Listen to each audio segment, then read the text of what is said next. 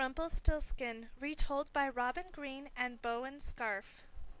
Illustrated by Helen Roy. Rumpelstiltskin is an old story from Germany which has been told many times in many different ways.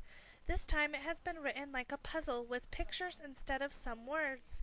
In the story you will meet a foolish miller, his beautiful daughter, who becomes the queen, her ring, and her necklace, the king in his castle, the key and the door to the castle chambers, piles of straw, spinning wheels, gleaming gold, a strange little man with magical powers, his hut in the forest, his campfire, and his stamping foot. Long ago, in a far-off kingdom, there lived a poor, foolish miller who was very proud of his beautiful daughter. One day this foolish miller foolishly told the king that his daughter could spin straw into gold. The greedy king was delighted and ordered the miller's daughter to come to his castle that very day. She was taken to a small chamber with a spinning wheel in one corner and a pile of straw in another. "All this straw must be spun into gleaming gold by morning," cried the king as he closed the door to the castle chambers and turned the key. The miller's daughter began to weep, for she knew she couldn't complete the task. Suddenly in hobbled a strange little man. "Why are you weeping, sweet maid?" "Alas, I must spin this straw into gleaming gold, and I know not how," sobbed the miller's daughter. "What will you give me if I help?" "My necklace," she replied. Taking the necklace, the strange little man sat at the spinning wheel and chanted over and over, "I'll spin and spin till the night grows old and turn this straw into shiny gold." In no time at all the task was done and the gleaming gold was spun. The next morning the greedy king was so pleased with all the gleaming gold that he ordered the miller's daughter to be taken to a larger chamber with a larger spinning wheel in one corner and a larger pile of straw in another. "All this straw must be spun into gleaming gold by morning," shouted the king as he banged the chamber door and turned the key. The miller's daughter began to weep, for she knew she couldn't complete the task alone. Again in hobbled the strange little man, asking, "Why do you weep, sweet maid?"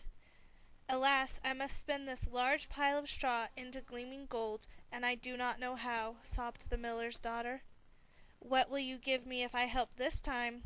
"The ring on my finger," she replied. Taking the ring, the strange little man sat at the spinning wheel and chanted over and over, "I'll spin and spin till the night grows old and turn this straw into shiny gold." By midnight the task was done and the gleaming gold was spun.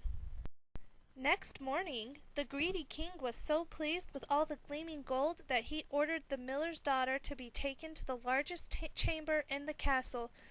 In one corner was the largest spinning wheel in the kingdom, in another was the largest pile of straw you could ever imagine. "All this straw must be spun into gleaming gold by morning," roared the king as he slammed the castle chamber door and turned the key. Again the miller's daughter wept, for she knew she couldn't complete the task without the help of the strange little man. Once again he hobbled in, asking, "Why do you weep, sweet maid?" "Alas, I must spin all of the straw into gold, and I know not how," sobbed the miller's daughter. "What will you give me this time if I help?" "I have nothing more to give," replied the miller's daughter. "Then promise me your firstborn child when you become queen," said the strange little man. "A poor girl like me would never become queen," thought the miller's daughter, so she quickly agreed. Taking her at her word, the strange little man sat down at the spinning wheel and once more chanted over and over, "I'll spin and spin till the night grows old and turn this straw into shiny gold." By morning the task was done and the gleaming gold was spun. This time the greedy king was so overjoyed with all the gleaming gold that he married the miller's daughter, and she really did become queen. By the time her firstborn child arrived, the queen had forgotten all about her promise to the strange little man. However, one morning he returned, determined to collect the promised child. The queen offered him everything she could think of instead of the child, until the strange little man took pity on her and said, "If you can guess my name within 3 days, you may keep your firstborn child." The queen quickly agreed and sent messengers throughout the kingdom to collect lists of names. On the first morning, in hobbled the strange little man, and the queen began to read from the list, Andrew, Brian, Charles, and so on, but after each guess he danced and chanted, you're wrong, that's not my name." On the second morning, in hobbled the strange little man again, and the queen began to read from the lists, Albert, Bruce, Cameron, and so on, but again after each guess he danced and chanted, you're wrong, that's not my name." Time was passing, and the queen was becoming frantic. That very night, quite by chance, one of the messengers came upon a hut deep in the forest. In front of the hut he spied a strange little man, chanting and dancing around a fire.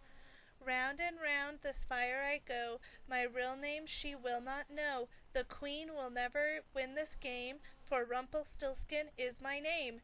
The messenger hurried back to the queen and told her about this find.